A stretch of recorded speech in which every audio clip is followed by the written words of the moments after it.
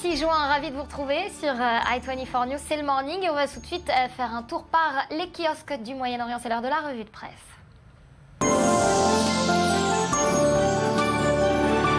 Et elle nous est présentée ce matin par Yael Bonstein. Bonjour Yael. Bonjour Nathalie. Merci de nous avoir rejoints. Avec nous également sur ce plateau Daniel Haïk. Bonjour Daniel, Nathalie, merci d'être avec nous. Alors on va commencer cette revue de presse avec l'info qui fait couler beaucoup d'encre aujourd'hui de par le monde. C'est celle du dégel annoncé par Netanyahou des unités de logement, construction d'unités de logement dans les implantations. Absolument Nathalie, je vous propose cette nouvelle tout d'abord dans le quotidien de gauche à Haaretz. C'était hier en réaction à la formation du nouveau gouvernement de coalition avec le Hamas. Le Premier ministre israélien Benjamin Netanyahou a annoncé le dégel de 1800 logements dans les implantations de Cisjordanie et un appel d'offres pour 1500 autres. Une ribambelle de réactions de part et d'autre. Catherine Ashton et l'Union européenne menacent de sanctions immédiates. Quant à l'ONU et à sa tête Ban Ki-moon, il souligne que cette construction est illégale selon le droit international.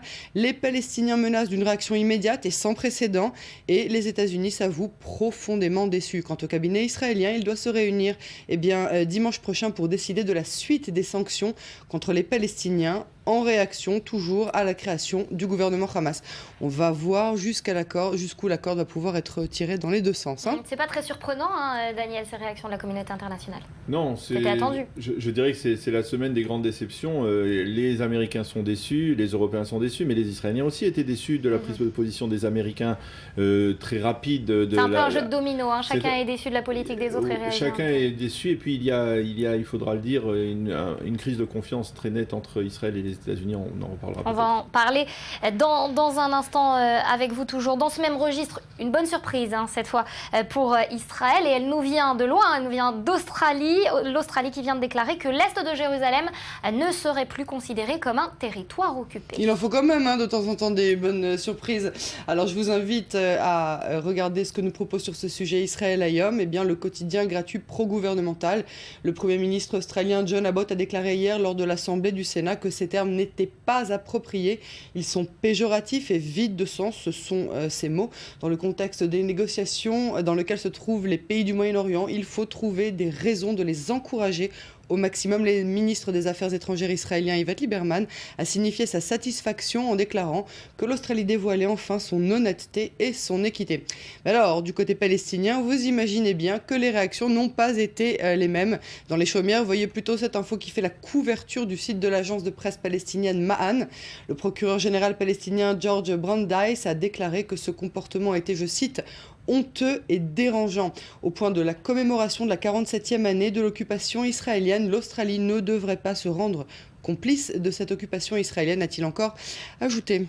On va rester dans la région, Yael, avec 2-3 jours après finalement cette réélection de Bachar el-Assad.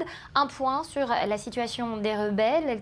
Est-ce qu'ils sont sur le point de céder, de capituler ? Non, bien au contraire. Je vous invite à découvrir cette info dans le quotidien libanais en langue française, L'Orient le jour. Après la victoire évidente du président syrien Bachar el-Assad au présidentiel il y a 48 heures, les rebelles déploient leurs efforts de plus belle. Ce scrutin est illégitime et ne représente absolument pas le peuple syrien. Ce sont leurs mots. L'opposition cherche à continuer sa révolution pour, je cite, libérer la Syrie du joug d'Assad. Liberté, justice et démocratie, voilà les mots d'ordre des rebelles qui demandent à la communauté internationale d'accroître son soutien en vue d'une solution politique en Syrie. Sur la photo, vous pouvez même voir des membres du groupe islamiste Al-Nosra qui s'apprêtent à lancer un obus de mortier dans un quartier d'Alep hier matin. Alors on va s'intéresser à une bonne nouvelle, une autre ce matin, qui dit que la presse est déprimante. Un drone israélien qui va être vendu à l'armée suisse. Et oui, le Hermes 900, regardez-le dans Energy, la version online du quotidien centriste Maariv. Il s'agit bien du drone israélien convoité par l'armée suisse. Après 3 longues années de négociations, le contrat a enfin été signé. 250 millions de francs suisses à la clé, voilà la somme qui a été conclue.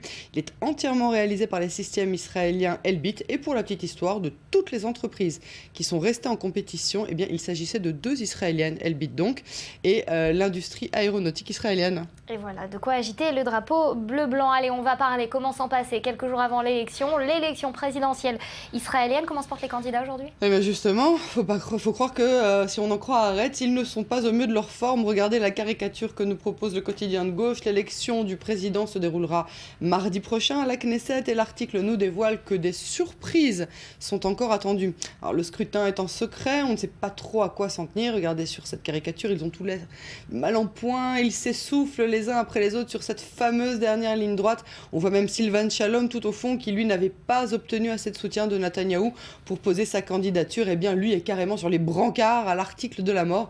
En tout cas des surprises susurront dans les coulisses de la Knesset. On en aura bientôt le cœur net. Et voilà, affaire qu'on suivra. Merci Yael d'avoir été avec nous. Merci Nathalie.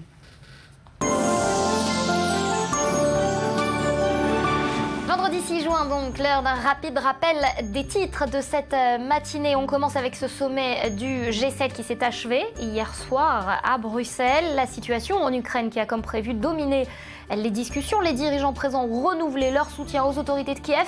Une position immédiatement critiquée par Moscou. En marge de ce sommet, Barack Obama a déclaré par ailleurs qu'il ne comptait pas intervenir dans l'affaire de la BNP Paribas. Ça, c'est d'une part Angela Merkel de l'autre qui a tenté de rassurer à propos du traité de libre-échange entre l'Union européenne et les États-Unis. La réaction n'a pas tardé, on vous le disait, suite à l'annonce hier par le gouvernement israélien du dégel de 1800 unités de logement dans les territoires et d'un appel d'offres pour 1500 autres. L'Union européenne s'est déclarée très déçue, évoquant d'éventuelles nouvelles sanctions. L'autorité palestinienne promet quant à elle une réponse sans précédent. Ballet diplomatique à Paris, déferlante de visiteurs en Normandie. Aujourd'hui à Ouistreham, les chefs d'État célébreront le 70e anniversaire du débarquement. Musée, site de bataille s'attendent à une augmentation de la fréquentation. Dans ce contexte, la France souhaite profiter de ce rendez-vous pour favoriser la désescalade en Ukraine et favoriser une poignée de main entre les présidents russes et ukrainiens. 45 personnes ont été tuées par des hommes armés soupçonnés d'appartenir à Boko Haram en périphérie de la ville de Maïdougouri. C'est le fief du groupe islamiste dans le nord-est du Nigeria.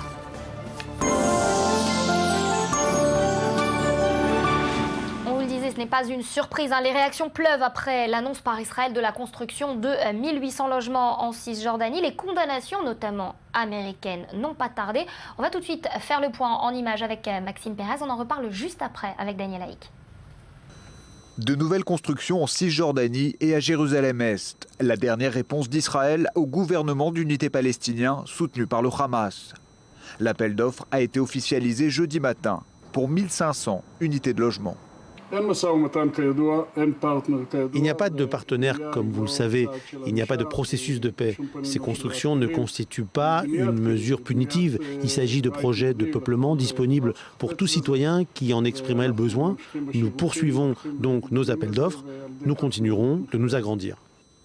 Voici la carte de ces futures constructions, pour l'instant au stade de projet. La plupart concernent des blocs d'implantation, à l'instar des localités d'Ephrat et de Beth-Arilit dans le Gush Etzion, de même que Ramat Shlomo, un quartier ultra-orthodoxe au nord-est de Jérusalem. Une démarche dénoncée par la France et les États-Unis, mais aussi par les Palestiniens qui appellent à sanctionner Israël. Maintenant qu'Israël a tué l'initiative de Kerry, son gouvernement cherche à imposer le grand Israël sur la terre palestinienne. Ils ont recours à des actions unilatérales, préméditées, tout en accusant la partie palestinienne. Mais face au tollé international qui s'annonce, Benyamin Netanyahou n'entend pas s'arrêter en si bon chemin. Le Premier ministre israélien aurait ordonné le dégel de 1800 projets de construction supplémentaires, au-delà de la ligne verte, autrement dit la frontière de 1967. Une frontière qui ne passerait plus par Jérusalem au regard de la diplomatie australienne. Le gouvernement de Canberra a créé la surprise en estimant, selon des médias locaux, que la capitale israélienne ne devait plus être considérée comme occupée, en allusion au quartier juif de la ville sainte, jugés illégaux par le droit international. Une prise de position spectaculaire alors que les Palestiniens marquaient ce jeudi la Naksa, la défaite des armées arabes lors de la guerre des 6 jours en 1967. Un conflit synonyme d'occupation de leur territoire par Israël. À l'entrée de Ramallah, des affrontements ont opposé toute la journée lanceurs de pierres aux forces de sécurité israéliennes qui ont eu recours au gaz lacrymogène pour disperser la foule. Nous protestons contre cette occupation qui est devenue désormais la plus longue dans l'histoire moderne et qui s'est transformée en un système d'apartheid et de discrimination raciale. Des paroles et une atmosphère sur le terrain qui n'augurent rien de bon. Alors juste avant de parler de cette politique américaine, politique israélienne également et stratégie de communication, un mot, Daniel, sur Jérusalem et cette annonce surprise finalement des Australiens. Et en fait, c'est une réaction de bon sens de la part des Australiens, aussi surprenant que ça puisse paraître, mais ça va à contre-courant de l'atmosphère générale internationale, qui est de dire que Jérusalem a été une ville occupée. Il faut rappeler, nous sommes 47 ans après la guerre des 6 jours. Il y a 47 ans, nous étions au second jour de la guerre des 6 jours, lorsqu'il a été décidé donc de conquérir la vieille ville de Jérusalem et d'entrer dans la vieille ville de Jérusalem. Il faut rappeler que Jérusalem n'a été conquise, la partie est de Jérusalem n'a été conquise qu'à la suite des attaques de l'armée jordanienne. Les Israéliens avaient prévenu le roi Hussein de Jordanie avant le déclenchement de la guerre. Ils avaient prévenu, ils lui avaient dit ils lui avaient dit n'attaquez pas, nous ne pourrons pas être garants de ce qui se passera après. Ils avaient dit au roi Hussein n'attaquez pas. Et le roi Hussein a préféré écouter les appréciations très optimistes du président Nasser en Égypte et il a attaqué. C'est lui qui a provoqué, c'est lui qui a attaqué. Israël n'a fait que riposter. Et dans la loi internationale, eh bien, il est logique que lorsqu'une armée riposte à une attaque et qu'elle conquiert ce territoire, eh bien, ce territoire lui appartient. C'est la loi de base dans la relation internationale. Et donc, quelque part, ce que vient de dire l'Australie, eh bien, c'est la logique. C'est ce qui aurait dû être la loi pour l'ensemble de la communauté internationale si cette communauté internationale était honnête et n'était pas... Ça créera peut-être en tout cas un précédent. On va revenir à notre sujet de la matinée, ce soutien international finalement à ce gouvernement palestinien d'union. Est-ce que ça ne doit pas être une sorte de sonnette d'alarme, une alerte pour Benyamin Netanyahou? Vous allez dans peu de temps vous retrouver seul sur la scène internationale. Oui, Benyamin Netanyahou a craint cette situation. Il a eu le sentiment que finalement il sentait cette érosion arriver dans la position de la communauté internationale lorsqu'il a vu que quelque part il n'y a pas eu d'opposition massive ni de l'Union européenne ni des Américains. Il a craint de voir se répéter le scénario de l'Iran, de ces sourires du président Rouhani qui ont séduit les Occidentaux. Il s'est retrouvé finalement dans la même situation. La réconciliation dont vous parlez, est-ce que finalement c'est pas lui-même qui l'a créé, lui-même avec sa stratégie de communication, ou c'est toujours un peu avec peut-être aussi une sanction de la part des États-Unis pour l'échec des pourparlers dans ces négociations? Alors, on peut toujours reporter la responsabilité sur Benyamin Netanyahou. Il n'est pas exempt de responsabilité dans la situation et dans l'isolement dans lequel se trouve l'État d'Israël aujourd'hui. Mais là, il faut être précis. Quelques jours avant, Benyamin Netanyahou avant l'annonce de la formation, donc lundi, du gouvernement de l'Union nationale palestinienne, Benyamin Netanyahou avait parlé avec John Kerry et ils avaient convenu qu'il n'y aurait pas de réaction américaine de soutien ou pas de réaction véritablement officielle de la part des États-Unis tant que les États-Unis ne verraient pas quelles seraient les orientations de ce gouvernement. Alors pourquoi ce revirement de situation de la part des Américains? Parce que finalement, il semble qu'il y ait une véritable, je le disais tout à l'heure, une crise de confiance entre Barack Obama et Benyamin Netanyahou, on le savait, mais aussi maintenant aujourd'hui entre John Kerry et Benyamin Netanyahou, et que quelque part John Kerry veut faire payer à Benyamin Netanyahou ce sentiment qu'il a de ne lui avoir donné suffisamment de cordes pour parvenir à un accord. Et ça peut aller jusqu'où, cette crise de confiance? Mais écoutez, il faut espérer que ça ne va pas aller trop loin, mais aujourd'hui, il est clair. J'aurais tendance à dire, on est aujourd'hui au mois de juin, j'aurais tendance à dire que cette crise, elle risque de se prolonger au moins jusqu'aux élections de la mid-time, c'est-à-dire les élections pour le Sénat américain qui sanctionne, qui sépare le deuxième mandat du président américain. Et que là, on verra après les réactions, on verra après les élections, on verra qui remporte le Sénat, si c'est les républicains et qui deviennent plus puissants, et donc la position d'Obama sera plus affaiblie, et donc c'est ce que Benyamin Netanyahou espère secrètement. D'ailleurs, au cours des derniers jours, on a vu face à la position américaine, l'annonce du soutien, on va dire, des États-Unis à ce gouvernement d'union nationale palestinien. Eh bien, il y a des démarches qui ont été entamées au sein du Sénat, du Congrès américain, pour essayer de faire en sorte que le Congrès, les Américains gèlent l'aide l'aide apportée par l'Amérique au gouvernement de l'autorité palestinienne. On va voir si cela apporte des fruits, mais il y a une crise de confiance qui, à mon avis, ne se réglera pas avant ces élections du mois de novembre. Un élément, Daniel, qui a été annoncé hier et que le site internet d'i24 News a repris notamment, les États-Unis et le Hamas qui auraient négocié de façon officieuse quant au rôle que tiendrait l'organisation terroriste dans ce gouvernement de coalition. C'est un site américain qui l'annonce, un faux, un tox? Franchement, je ne le sais pas, mais je pense que ça serait pas surprenant qu'il y ait eu des contacts. On a aussi appris, par exemple, on se souvient que lorsque les négociations entre les États-Unis et l'Iran ont débuté, on a appris qu'elles se déroulaient secrètement depuis plus d'1 an. Donc il est probable qu'il y ait eu des contacts. Il est probable que John Kerry ait voulu savoir qui étaient les interlocuteurs, qui étaient les ministres du Hamas qui rentraient dans ce gouvernement, et c'est peut-être une réaction aussi, c'est-à-dire parce que finalement ce gouvernement d'union palestinien, c'est un gouvernement essentiellement Fatah avec un petit peu de Hamas. Merci Daniel d'avoir été avec nous ce matin. Restez sur i24 News. Dans quelques instants, on parlera de la théorie de Darwin. Doit-elle être enseignée dans les collèges israéliens? Réponse dans quelques instants.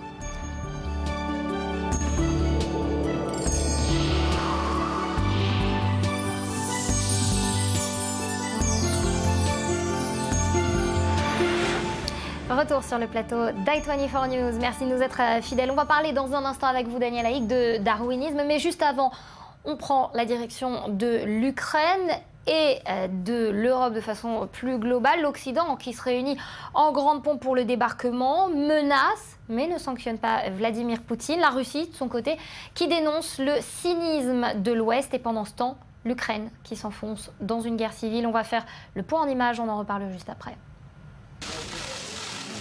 Le sommet du G7 clôt ce jeudi à Bruxelles. Les dirigeants des 7 pays les plus développés du monde s'étaient retrouvés ce mercredi soir dans la capitale belge. Au centre de toutes les discussions, la crise ukrainienne, mais surtout le président russe Vladimir Poutine, jugé indésirable au sommet. Les dirigeants occidentaux ont affiché leur fermeté concernant la situation en Ukraine et ont menacé la Russie de nouvelles sanctions si la tension ne baisse pas. La Russie doit reconnaître la légitimité du nouveau président ukrainien Porochenko et discuter avec le gouvernement à Kiev. Vu son influence sur les militants en Ukraine, il relève de la responsabilité de la Russie de les convaincre de mettre fin à la violence, déposer leurs armes et dialoguer avec le gouvernement ukrainien.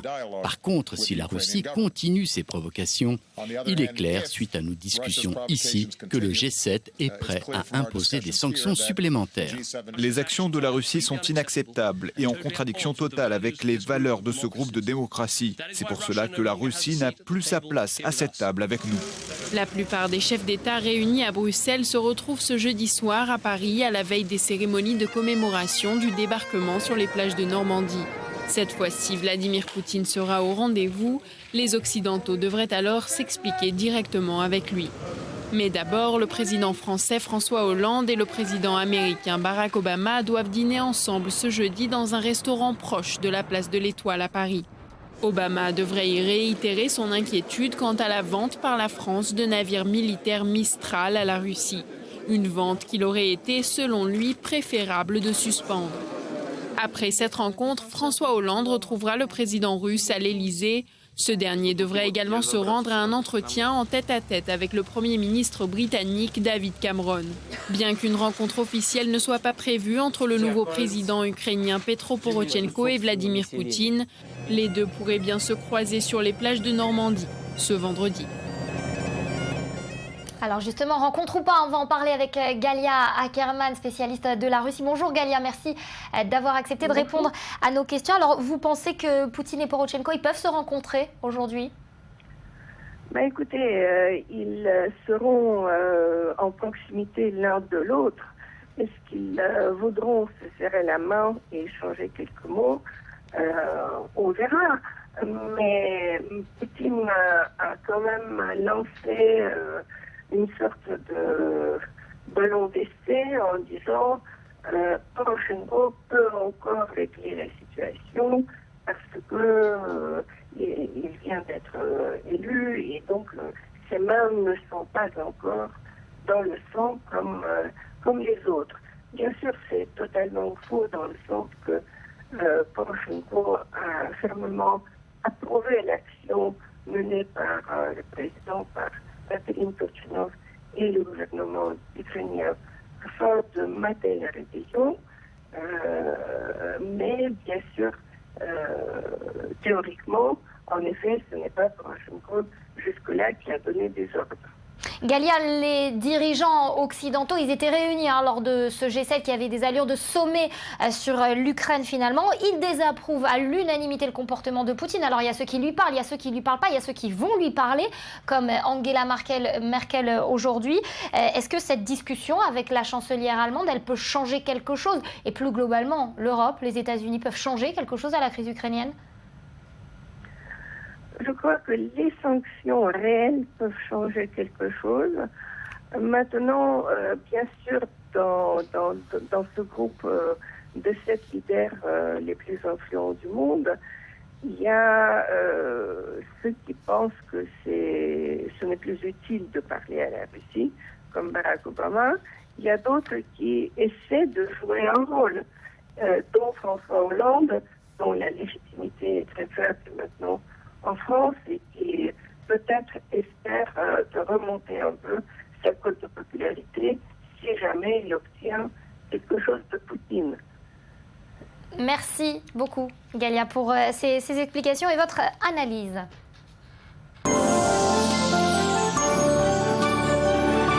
Vendredi 6 juin, l'heure tout de suite d'un rapide rappel des principaux titres de la matinée au sommet du G7 qui s'est achevé hier soir à Bruxelles. La situation en Ukraine a comme prévu dominé les discussions.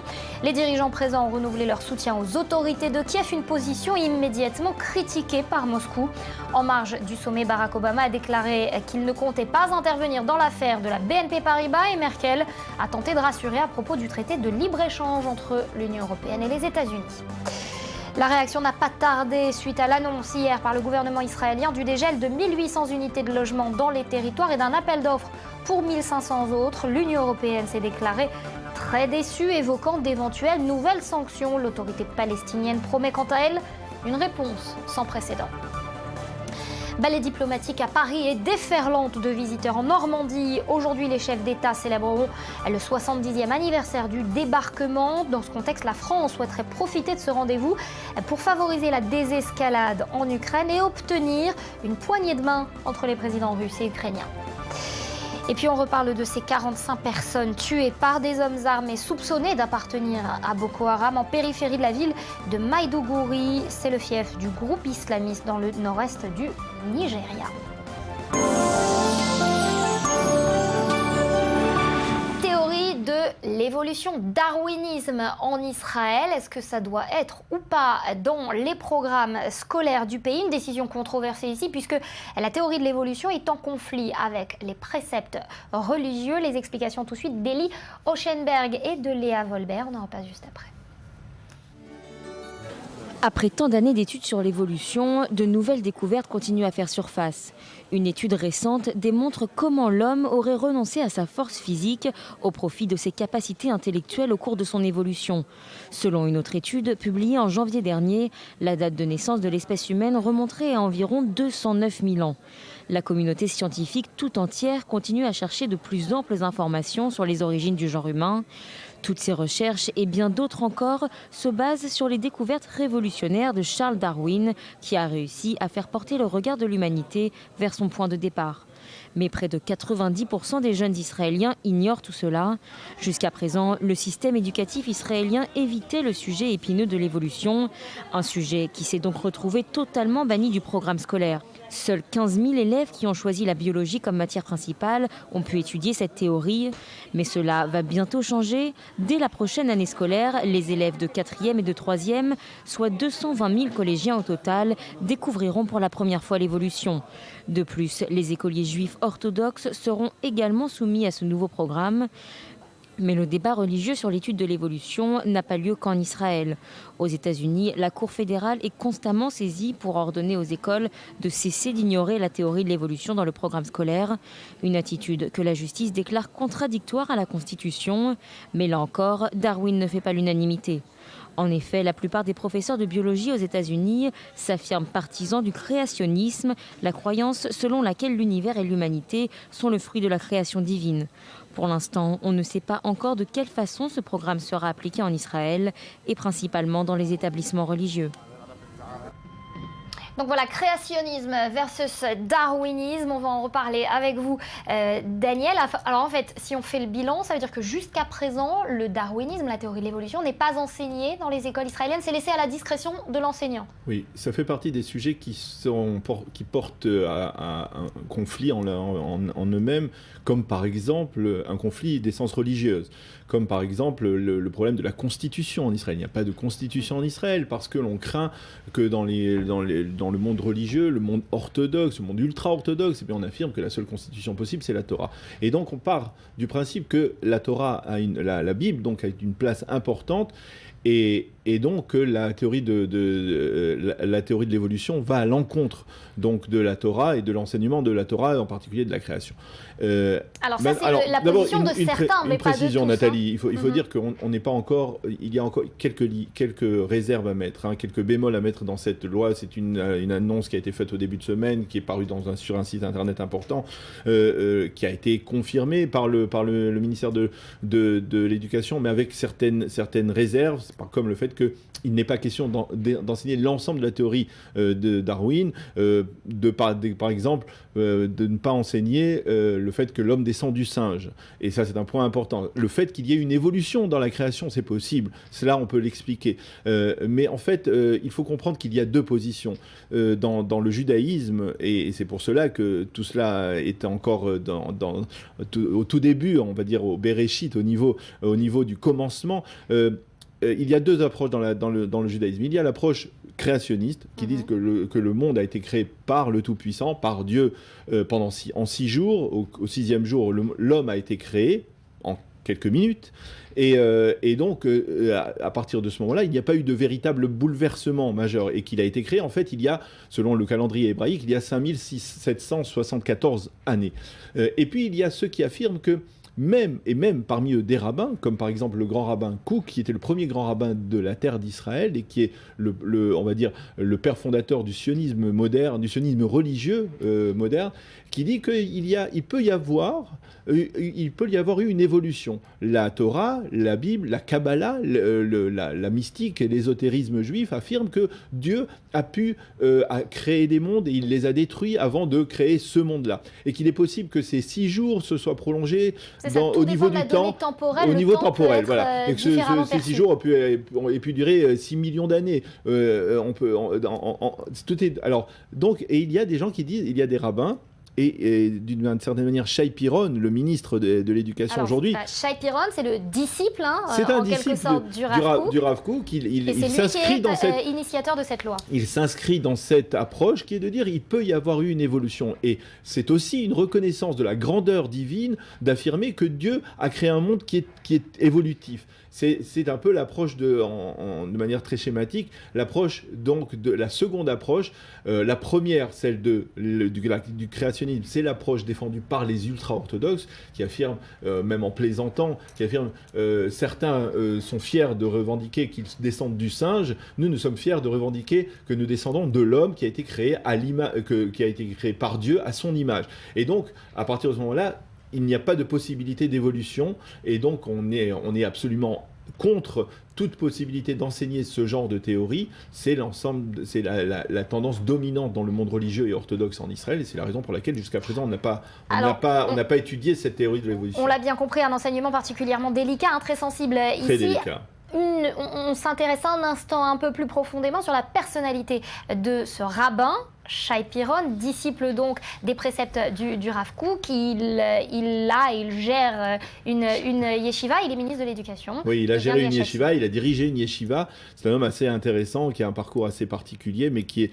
est, on peut dire d'une certaine manière, le symbole d'une orthodoxie moderne, sioniste et religieuse, qui se veut ouvert vers le monde et qui se réfère à ses maîtres, comme le Rav Kook, mais qui est tout à fait ouvert à l'ensemble des cultures. Et c'est ce qui lui permet, par exemple, de dire on va essayer peut-être d'étudier une partie de la théorie de l'évolution en se référant, donc, comme je viens de le dire, à l'enseignement de son maître, le Rav Kook. Alors, cette loi, elle fait quoi? Une autre action qui est, elle aussi, contestée au sein de la Knesset, du Parlement israélien, une nouvelle loi pour définir et lier, finalement, Israël et État juif.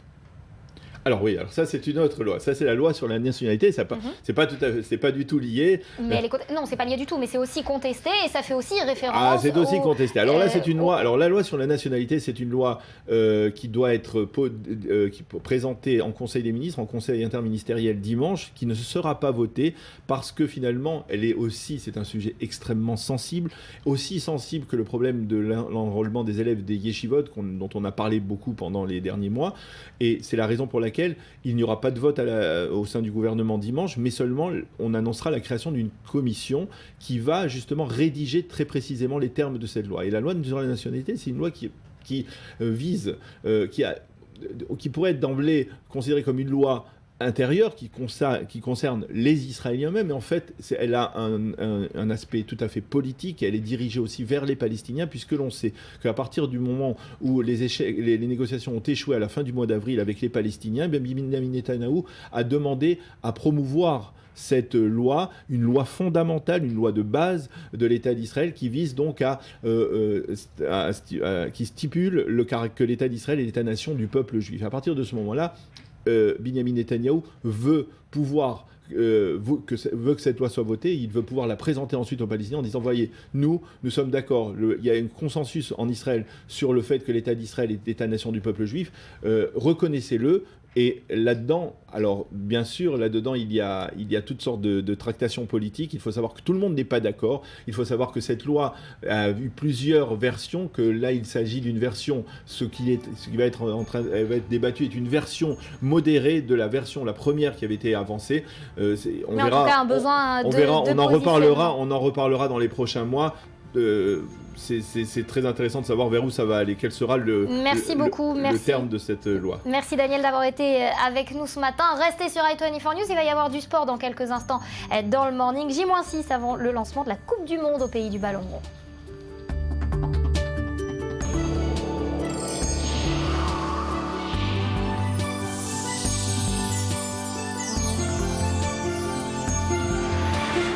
Retour sur le plateau du Morning d'i24 News. On va tout de suite ouvrir une page de sport dans cette édition et on part bien évidemment au Brésil à l'approche du mondial qui doit se tenir dans moins d'une semaine maintenant. Le pays est sous haute tension. Alors on connaît le contexte économique difficile du pays, les tensions sociales également. On y connaît aussi un phénomène qui inquiète les autorités, le tourisme sexuel. Regardez. Tous les week-ends, à la tombée de la nuit, Adriana sillonne les quartiers animés de Natal, une ville touristique de la région pauvre du nord-est du Brésil. Elle travaille à la protection de l'enfance et lutte contre l'exploitation sexuelle. On est sur la plage de Ponta Negra, sur le bord de mer, le point le plus touristique de la ville. Ça a été un point très important du tourisme sexuel envers les adolescents, mais aussi les adultes. Un tourisme sexuel que la Coupe du Monde risque fort de doper. S'il n'y a pas de données officielles sur l'exploitation sexuelle des mineurs, les ONG locales affirment qu'elle est répandue au Brésil, notamment dans le nord-est. Pour faire face à l'afflux de touristes, la protection judiciaire de l'enfance compte intensifier ses patrouilles, notamment dans les bars et les boîtes de nuit. Nous sommes inquiets pour la Coupe du Monde. C'est un événement exceptionnel. Il y aura beaucoup de gens, beaucoup d'étrangers. Le Brésil a renforcé sa lutte contre l'exploitation sexuelle. Des programmes comme Vira Vida ont aidé de jeunes prostituées comme Taina. Maltraitée, elle s'enfuit de chez elle à 10 ans. Pour survivre, elle se prostitue en échange d'un repas ou de quelques réaïches. Mes copines et moi, on venait là, à Punta Negra. On attendait que les voitures s'arrêtent et nous appellent et on partait avec eux. C'était souvent des étrangers, il y avait peu de Brésiliens. Pour lutter contre le tourisme sexuel des mineurs, l'État brésilien a lancé une campagne d'affiches en amont du mondial « Ne détourne pas les yeux ». À Natal, le secrétaire du tourisme a mis en place un code de conduite à destination des taxis et des réceptions d'hôtels. Nous, les plus âgés, on a déjà vécu ça. On est donc préparés à recevoir la Coupe du Monde, les touristes, et à combattre ce fléau. Je préviens les touristes qui pensent qu'ici on accepte ce genre de choses. Ne venez pas, sinon vous allez le regretter. Au Brésil, toute personne coupable d'atteinte sexuelle envers un mineur encourt de 3 à 7 ans de prison. Alors on va reparler de ce fléau qui, vous l'avez compris, précède l'organisation de ce mondial de football 2014. Nous sommes en ligne avec Lise Barenboim, journaliste sportive d'i24 News. Bonjour Lise. Alors le tourisme sexuel, on l'a dit et on le répète, ça précédait l'organisation du mondial. Qu'est-ce que peut très concrètement faire le Brésil ? Alors le problème, c'est que le pays est très très inquiet, les autorités sont inquiètes parce qu'ils attendent 600 000 personnes. Et comme vous le disiez, c'est un phénomène qui existe déjà, mais là avec ce nombre de personnes qui vont arriver, ça va être très très compliqué. Alors concrètement, la présidente elle-même, Dilma Rousseff, s'est lancée dans la croisade contre le tourisme sexuel. Elle a même mis son compte Twitter à contribution en mettant en garde les prédateurs sexuels. Comme vous le disiez dans le reportage, il y a un code de conduite qui a été mis en place pour les professionnels comme les taxis ou les réceptionnistes d'hôtels. Il y a une campagne de communication aussi qui a été enclenchée dans les avions, les aéroports, les gares, les hôtels. On a des affiches partout pour pointer du doigt le phénomène. Et puis le gouvernement forcément surveille Internet. Ils vont même jusqu'à censurer des publicités à caractère sexuel. Par exemple, Adidas récemment a été obligé d'arrêter une campagne d'affichage qui était jugée trop équivoque parce qu'on voyait un string. Donc vous voyez, c'est un pays très mobilisé, mais malheureusement, il y aura sûrement des supporters survoltés et passablement éméchés et ça va être difficile de les canaliser. De tout contrôler. Alors, on parle également de ce climat social qui se tend de jour en jour à l'approche du mondial. Est-ce que les grèves, elles menacent la bonne marche, le bon déroulement de ces festivités ? Oui, tout à fait. On s'en rend peut-être pas très bien compte, mais à quelques jours du début du mondial, le pays est dans un climat de grève générale. Il faut bien le savoir. Les professeurs, les policiers, les salariés des compagnies aériennes, les employés du métro, tous ces gens menacent de cesser de travailler. Donc vous imaginez la désorganisation. Par exemple, à Sao Paulo, en ce moment, les employés du métro sont en grève illimitée parce qu'ils veulent renégocier leur salaire. Donc c'est un gros problème parce que le métro à Sao Paulo, c'est la seule voie d'accès au stade de l'Arena Corinthians qui est censé accueillir la cérémonie inaugurale. Donc à moins de 7 jours, il va vraiment falloir trouver un compromis parce qu'il faut que les gens arrivent dans ce stade. Encore plus grave, on a aussi les techniciens au sol de LATAM Airlines, qui est une compagnie extrêmement importante en Amérique latine, qui eux aussi menacent de faire grève. Et là, ça toucherait toutes les villes où les matchs sont attendus, Rio, Sao Paulo, Salvador, en sachant aussi que même certains stades ne sont pas terminés. Donc le Brésil est vraiment dans une course contre la montre pour calmer ses citoyens d'une part et puis pour terminer les préparatifs logistiques. Alors un dernier mot, Lise, sur ce classement très rapidement de la FIFA. Le Brésil est classé 3e. C'est plutôt une bonne annonce, non, avant ce mondial ? Oui, tout à fait. Le Brésil au Brésil, quand même, ça paraît plutôt possible. Moi, je pense que ça va être une équipe d'Amérique latine qui va gagner. Je parie sur le Brésil ou l'Argentine. L'Argentine qui est 5e du classement. Même si les Européens sont pas mal non plus, la France dans le classement est 17e, malheureusement, c'est assez moyen. On verra si Ribéry suit les Bleus au Brésil. En tout cas, les paris sont ouverts. Merci beaucoup, Lise, d'avoir été avec nous ce matin. Alors justement, on parlait de l'équipe de France. Les sélections nationales ont encore quelques jours pour se préparer avant cette Coupe du Monde. Les sélectionneurs qui emmènent leurs équipes s'entraîner à l'écart du tumulte médiatique. On parle bien évidemment de Clairefontaine pour l'équipe de France. Les hommes de Didier Deschamps qui comptent bien arriver au Mondial en conquérant. Regardez. Tous les moyens sont bons pour arriver en pleine forme à la Coupe du Monde. Le sélectionneur français Didier Deschamps a rassemblé un groupe d'experts chevronnés pour préparer les Bleus avant le mondial. 19 personnes sont responsables de ce stage qui se déroule au Centre national du football à Clairefontaine, en région parisienne. Préparateurs physiques, médecins, kinésithérapeutes, cuisiniers, rien n'est laissé au hasard pour que les 23 Bleus arrivent dans des conditions optimales au Brésil. Didier Deschamps s'est entouré des meilleurs. Il y a d'abord Guy Stéphane, son bras droit, avec qui il définit la stratégie de jeu. Le préparateur physique, Éric Bédouet, a pour mission de rebooster des sportifs fatigués par leur saison en club. Bédouet travaille en étroite collaboration avec le médecin des Bleus, Franck Le Gall. 3 kinés et un ostéopathe complètent le staff médical. Cette année, ils ont du pain sur la planche. Cabaye est blessé à la cheville, Benzema souffre d'une contracture, mais c'est surtout le cas de Ribéry qui inquiète. Le dos du footballeur pose problème, il pourrait même déclarer forfait. Pourtant, ses coéquipiers y croient encore. C'est jamais évident, il est dans une position un petit peu délicate puisque c'est un compétiteur, il a envie de se préparer de la meilleure des façons pour ce mondial. Après, je pense qu'il y a le staff médical, le staff technique, essaie de le mettre dans les meilleures conditions et essaie de le faire revenir du mieux possible, le plus rapidement possible. Le sélectionneur lui-même tente de relativiser la gravité de la situation. Non, c'est pas difficile, c'est des situations à gérer. Je regarde les autres sélections aussi, importantes. J'ai vu le Portugal, Ronaldo et Pepe, et ils sont forfaits ce week-end. Et il y en a d'autres. L'Espagne, je les ai regardés hier, il y a beaucoup de joueurs qui n'ont pas joué. L'équipe de France peut en tout cas compter sur des supporters prestigieux. Les présidents ont toujours soutenu les Bleus. François Hollande est même venu déjeuner avec eux à Clairefontaine. Selon lui, rien n'est impossible pour la sélection française. Un enthousiasme qu'il partageait déjà lors de la qualification de la France pour le mondial. C'est une victoire d'abord de l'équipe, d'une équipe qui s'est battue de la première minute jusqu'à la dernière, qui y a cru, qui s'est rassemblée. Et vraiment les victoires en ce moment, on les goûte particulièrement. Surtout quand il y a une ambiance, on dit cette équipe, elle n'y arrivera pas, elle ne peut pas y arriver parce que plein de choses, elle y est arrivée. Elle nous montre un exemple. Faut y aller, faut y croire. Son prédécesseur, Nicolas Sarkozy, était aussi un fervent défenseur des Bleus, prêt à les encourager coûte que coûte. Sachez que c'est toute la France qui sera derrière vous. Et qu'au fond, le plus important dans tout cela, c'est de se donner du plaisir. Ce stage de préparation aura-t-il été efficace? Réponse le 15 juin prochain, lors du premier match des Bleus contre le Honduras.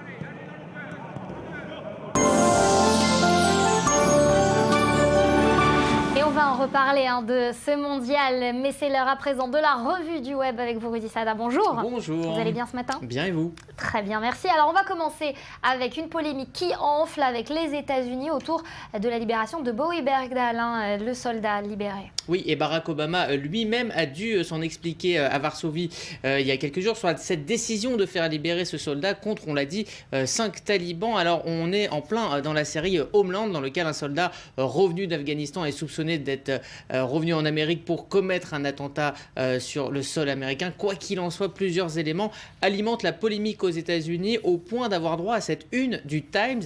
Was it worth it? Est-ce que cela valait le coup? Et la Twittos qui diffuse cette une parle donc d'une une extrêmement cruelle. Alors je vous avais parlé en début de semaine de ce qui faisait polémique. Ce sont les soupçons de désertion dont il est accusé par ses anciens camarades. Alors pour Davy T. Breaker, il doit être traîné en justice car des hommes sont morts en essayant de le retrouver. C'est en tout cas ce que dit Nathan Bradley Bertie, un ancien officier qui a participé aux opérations de recherche. Il l'a dit dans une tribune qui a été publiée dans le Daily Beast. Ces hommes, les voici. Ils seraient donc tombés lors d'une opération qui avait pour but de retrouver le soldat. Il s'agit donc d'un parole contre parole en fait entre les anciens camarades du soldat et le gouvernement américain, et beaucoup comme ce Twittos préfère croire les soldats que le gouvernement. En tout cas, le soldat Bergdahl est un déserteur, pas un héros, dit-elle. Et voilà, c'est donc dit, on va continuer, on va s'éloigner un peu des États-Unis, mais pas tout à fait, en restant sur les plages de Normandie. Allez, on ouvre une page concernant le débarquement. Oui, parce que lors de ce débarquement, on parle beaucoup de diplomatie et on fête la libération et la libération de l'Europe sous du joug des nazis. Mais l'agence Reuters a eu la bonne idée de prendre des photos quasiment dans le même axe que celui des photos prises lors du débarquement de 1944. Et le Huffington Post a eu aussi la bonne idée de créer un petit outil interactif qui nous permet de faire bouger la ligne entre la photo de 1944 et celle de 2014. Alors vous allez le voir, l'intérêt de ce photomontage en fait, c'est de se rendre compte de la violence des combats. Et ce qu'on voit par exemple là, c'est la plage de Saint-Aubin-sur-Mer, désormais petite station balnéaire tranquille de la côte normande. Sur cette image, nous sommes dans les rues de Carentan où l'on voit des parachutistes américains au volant d'un véhicule allemand confisqué quelques heures plus tôt. Autre ville qui a beaucoup souffert du bombardement et de ce débarquement, c'est Caen, avec une des rues les plus connues, la rue Saint-Pierre, complètement dévastée. Cette photo date du 15 juillet 1944. Et puis pour finir, cette photo du corps d'un soldat allemand sur la place du marché de Trévière, c'est tout près d'Omaha Beach, avec aujourd'hui, on le voit sur la deuxième image, une famille qui si on tourne l'image, là voilà, la famille se balade paisiblement. Alors c'est une belle manière de réfléchir à la violence de cet épisode de l'histoire, au-delà même des commémorations de la politique et de la diplomatie. C'est ça, parce que la libération et le monde libre ne s'est pas fait sans heurts. Les internautes, du coup, ils célèbrent, ils rendent hommage de façon un peu plus légère, hein, on va le dire, à ce débarquement, avec un hashtag Imagine Twitter en 44. Oui, c'est l'hommage de la génération Twitter aux héros du débarquement. Alors depuis hier, le mot-clé Imagine Twitter en 44 invite les internautes à se projeter dans un débarquement qui aurait eu lieu avec Twitter, une manière comme une autre de saluer les soldats tombés. C'est un clin d'œil plutôt amusant à l'histoire. Alors évidemment, en 44, rien ne se serait fait sans un selfie en bonne et due forme. Le matériel pour envoyer le tweet serait par contre légèrement plus encombrant. Quant à l'oiseau Twitter, il ressemblerait à ceci, avec son petit casque et son équipement. Et le monde du marketing aussi a saisi la balle au bon. Une marque de boissons aux fruits a tweeté l'image de cette fraise qui aurait été parachutée au-dessus des plages de Normandie. Et Neverall, lui, joue la carte du suspense pour que seuls les fans des séries comprendront. Je ne veux pas vous spoiler, mais à la fin, ce sont les alliés qui gagnent. Un spoiler en langage Jones, c'est de révéler la fin d'un film ou d'une série. Et enfin, petite réflexion sur ce hashtag signé Jean Moundir. Je reviens du futur, nos petits-enfants sont des débiles qui imaginent qu'on écrirait un truc sur Twitter, je sais pas quoi. Bon, c'est sympa. Allez, je vous le disais, on va parler de sport. On ne peut pas s'en passer ce matin, à moins d'une semaine du mondial. Pour ceux qui n'aiment pas le foot ou qui ne le suivent pas forcément, il y a d'autres plans. Est-ce que c'est votre cas ? Moi, je préfère le tennis, mais la Coupe du Monde quand même. Bon, on peut pas passer à côté. On n'aime pas le foot, que faire ? Eh bien, c'est l'excellent site Footpouf qui parle de foot avec un angle très décalé et un angle féminin, qui a publié un calendrier de la Coupe du Monde très bien fait. D'un côté, vous avez les matchs et de l'autre, vous avez ce que vous pourriez faire si vous ne les regardez pas. Alors, je ne sais pas si on va le voir, il y a bien entendu des événements culturels comme la fête de la musique ou Solidays qui sont en parallèle des matchs, mais il y a aussi d'autres activités comme piquer la carte bleue de son mari ou rappeler, voilà, on le voit sur ces images. C'est l'occasion ou jamais. Ou rappeler son ex qui n'aime pas le foot, par exemple. En tout cas, il y a une activité par match, sauf le dernier, la finale que nous serons tous obligés de regarder quoi qu'il arrive. Voilà, bonne Coupe du Monde quand même, ça démarre dans une semaine. Ça s'impose. Merci beaucoup Rudy d'avoir été avec nous ce matin. Et rendez-vous est pris, soit devant la télé, soit grâce à ce petit calendrier. Allez, on reste sur i24 News à suivre un tout nouveau journal. Juste après, on reviendra, on parlera d'un assistant virtuel qui va prendre votre vie en main et tout contrôler. En tout cas, il est censé nous aider dans notre quotidien. C'est Yohan Waki qui nous dit tout dans un instant.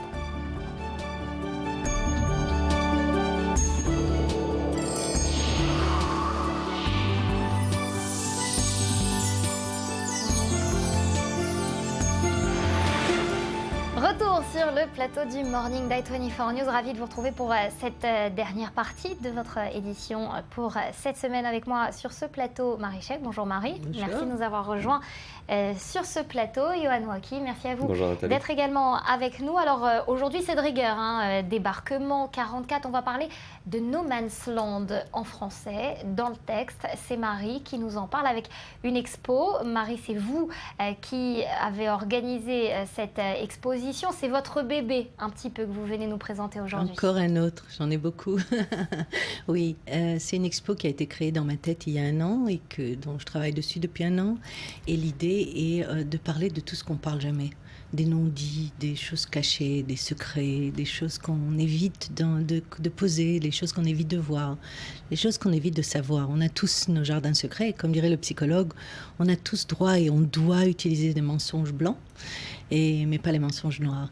Et là, les deux se rencontrent dans cette exposition. Donc l'idée est de dévoiler des choses que peut-être on ne sait pas, et peut-être il y en auront qui diront « Oh, je savais tout ça avant ». Mais l'idée dans les expos que j'essaie de créer, c'est d'ajouter 1 gramme de savoir, 1 gramme de curiosité, 1 gramme de questionnage quant à « Waouh, c'est à côté, c'était quoi? Où j'étais? Qu'est-ce que j'ai fait? Qu'est-ce que cet artiste a essayé ?» Alors, pendant que vous parlez, Marie, certaines photos qui défilent au total dans cette expo, 9 artistes sont représentés. Alors, on va citer des noms. Certains sont connus, d'autres un peu moins. Sagit Messamer, Dina Shenav, Tsachi Chakmon, Ariane Littman et Ohad Matalon. Alors voilà, par exemple, cette image, pourquoi, en tant que conservatrice, en tant qu'organisatrice d'exposition, vous avez choisi de l'inclure dans cette expo que vous avez intitulée No Man's Land? Alors, ce travail a été créé sur place, c'est une in situ, c'est-à-dire que l'artiste est venu avec des kilogrammes de bois noir, comme on dit en français, du charbon. Et toutes sortes de lacs, et elle a créé de after, après. Elle, c'est la fin de mon expo. C'est après qu'il y a le No Man's Land. No Man's Land a été créé au XIIe siècle par les Anglais, dans une ville bizarre en Angleterre. Alors c'est intéressant aussi de se pencher sur l'historique de ce terme et de cette notion finalement. Exactement. Donc au XIIe siècle, il y a une ville qui s'appelle No Man's Land où on tue beaucoup de gens et les gens ont peur d'en parler. Et on se dit, on la laisse de côté, cette ville No Man's Land. Et puis après, pendant les décennies, c'est toujours devenu un espace où on a peur de s'approcher, un peu pestiféré. Alors là, si déjà je suis devant, Sagit Messamer, psychologue clinique, artiste magnifique, nous fait le tracé de l'héroïne. Un membre de sa famille est totalement addict dû à un trauma de la guerre et il fume des cigarettes et de l'héroïne. Hélas, il a déjà 50 ans, ce monsieur, et la cigarette tombe sur tous les tapis de la maison. Et troue les tapis. Donc elle a pris ce vécu dramatique et elle en a rendu une pièce d'art qui est tout à fait délicate. On se croirait une broderie de femmes, je sais pas moi, en Hollande. Et pourtant c'est beaucoup plus. C'est-à-dire que dans cette expo, tout ce qu'on voit n'est pas ce qu'on voit. C'est-à-dire que le beau n'est pas beau par hasard, n'est pas beau exprès. Le beau, il cache. Là, nous voyons Asaf Shoshan, un artiste israélien qui vit à Paris, qui nous représente à la Villa Medici à Rome, ces jours-ci, a toujours fait des travaux sur les Bédouins. Depuis toujours, tous les 3 mois, il vient de Paris et il les filme. Il est obsédé par les Bédouins, leur état. Et là, on voit, il a filmé exprès une tente noire, qui est toujours une réflexion au carré noir de Malevich, au carré noir des musulmans qui prient. C'est toujours une référence à autre chose. Et ils viennent, tous les gens, les Bédouins arrivent dans cette tente et ne sortent jamais. C'est-à-dire que c'est devenu un no man's land, on ne sait pas où ils vont, parce qu'il n'y a pas de place pour des centaines de gens. Une sorte de gouffre, ça revient donc à la polémique des Bédouins. Qu'est-ce qu'ils ont comme territoire, où ils vont. C'est-à-dire que j'ai essayé, là c'est une magnifique peinture faite par Lee Turgeman, qui nous montre, on a un regard, une perspective au fond du ravin, et qu'est-ce qu'il y a au fond, on se demande. C'est comme un film d'Hitchcock, c'est un très très très beau travail, qu'elle frotte sur des murs. J'en avais parlé dans un de mes dans un autre dialogue qu'on avait eu.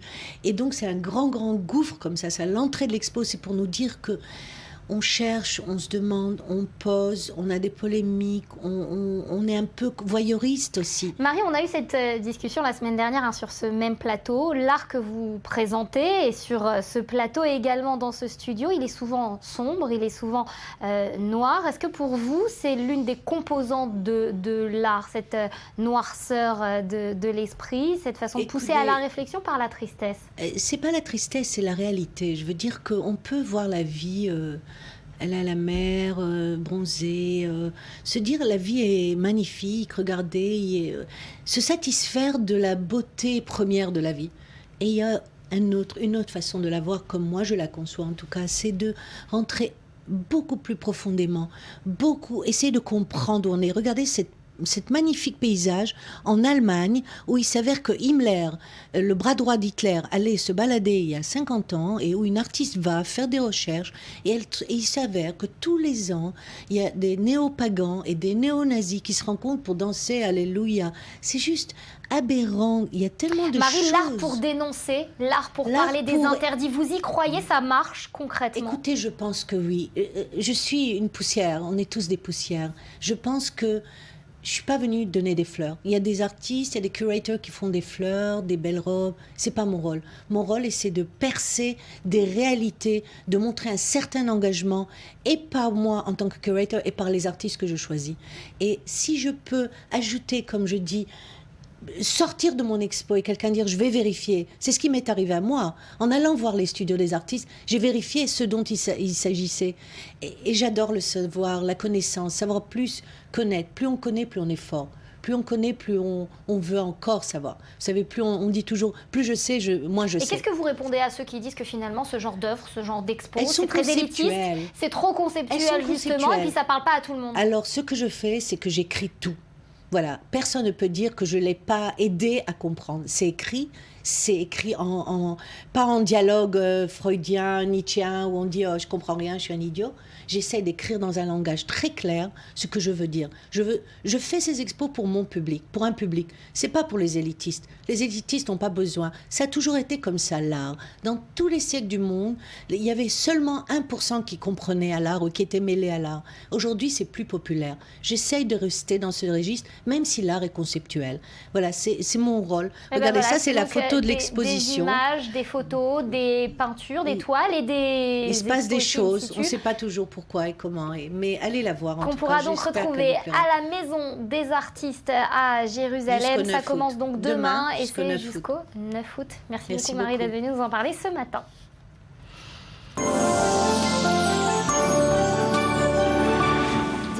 L'Afrique du Nord, ma voisine, ce matin avec l'un des festivals de musique les plus importants de cette partie du monde, style ouvert, moderne, laïque, avec la contribution également d'artistes du monde entier.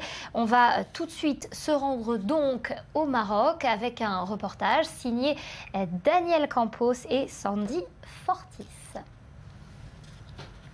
Qu'on aura donc dans quelques secondes. Petit souci technique. Johan, vous ne connaissez peut-être pas ce festival. Vous venez aujourd'hui nous parler de quelque chose qui va nous aider, ou en tout cas qu'on espère voir nous aider dans notre quotidien. Un téléphone. C'est plus de la 3e génération, 4e génération. Là, on est dans 24Me. 24Me, exactement. On est dans une autre dimension. Assistant virtuel. Hein. Ouais, exactement. Alors, c'est un assistant personnel virtuel qui a pour but tout simplement de vous simplifier la vie. Je vous laisse découvrir ces quelques images. Ce sera beaucoup plus parlant que mon explication. Peut-être plus tard. Alors mes explications d'abord. Donc, c'est tout simplement une application iPhone qui permet de lui déléguer complètement toutes nos tâches du quotidien, c'est-à-dire pense-bête, to-do list, organisation, règlement de ses factures, de ses impôts, enfin toutes les tâches que vous pouvez avoir à faire dans votre vie personnelle. 24Me les prend à sa charge de façon automatique et dialogue avec vous dans une interface plutôt bien faite, c'est-à-dire que le matin, vous allumez votre application et vous avez le résumé de votre journée et en quelques clics, vous savez que vous avez aujourd'hui vos impôts par exemple à payer ou des taxes quelconques. En quelques clics, vous pouvez régler depuis l'application en prenant votre café vos tâches, et vous pouvez régler vos factures. Marie, un assistant virtuel. Magnifique. C'est déjà en place, hein. je le teste depuis quelques jours, ça marche très bien. Vous pouvez également, si vous faites par exemple votre liste de courses, donc vous mettez 3 bananes, 2 carottes et du café, le matin en vous réveillant, cliquez sur l'application, commande passée directement chez le e-commerce, livrée en fonction de vos disponibilités dans votre agenda, puisque l'application, enfin l'assistant personnel a accès à vos applications. Et vous l'avez testé, ça marche Alors, bien, je le teste. plante jamais?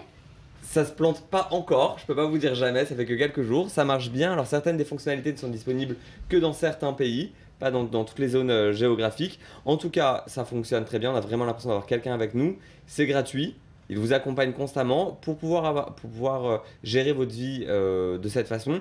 Il accède à toutes les applications de votre smartphone, vos contacts, vos informations personnelles sur les réseaux sociaux, votre agenda, etc. Donc il faut lui laisser l'accès à toutes ces applications. Mais donc en fait, il regroupe toutes les applications qu'on a déjà, parce qu'il y a d'autres applis qui proposent un petit peu dans ce même esprit de nous aider dans notre quotidien. La seule différence, c'est que vous vous réveillez le matin, vous appuyez sur un seul bouton. Vous avez une application qui vous donne, si vous le souhaitez, les news, la météo, qui vous donne votre agenda.